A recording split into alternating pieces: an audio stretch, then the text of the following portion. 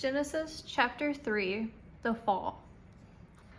Now the serpent was more crafty than any other beast of the field that the Lord God had made. He said to the woman, "Did God actually say, 'You shall not eat of any tree in the garden'?" And the woman said to the serpent, "We may eat of the fruit of the trees in the garden, but God said, 'You shall not eat of the fruit of the tree that is in the midst of the garden, neither shall you touch it, lest you die.' But the serpent said to the woman, 'You will surely not die, for God knows that when you eat of it, your eyes will be opened, and you will be like God, knowing good and evil.' So when the woman saw that the tree was good for food, and that it was a delight to the eyes, and that the tree was to be desired to make one wise, she took of its fruit and ate. She also gave some to her husband who was with her, and he ate. Then the eyes of both were opened, and they knew that they were naked. And they sewed fig leaves together and made themselves loincloths. And they heard the sound of the Lord God walking in the garden in the cool of the day. And the man and his wife hid themselves from the presence of the Lord God among the trees of the garden. But the Lord God called to the man and said to him, "Where are you?" And he said, "I heard the sound of you in the garden, and I was afraid, because I was naked, and I hid myself."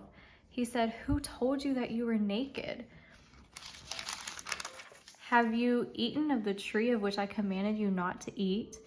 The man said, "The woman whom you gave to be with me, she gave me the fruit of the tree, and I ate."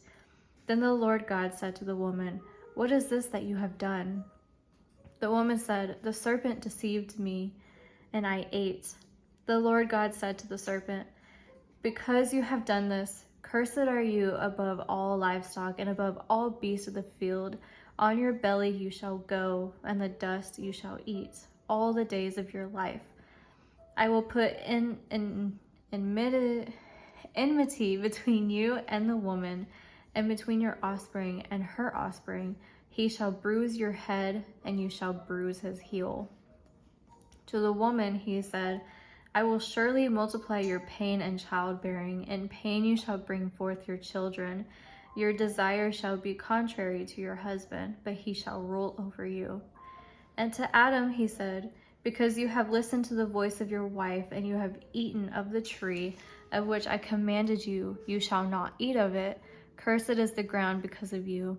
In pain you shall eat of it all the days of your life. Thorns and thistles it shall bring forth for you, and you shall eat the plants of the field by the sweat of your face.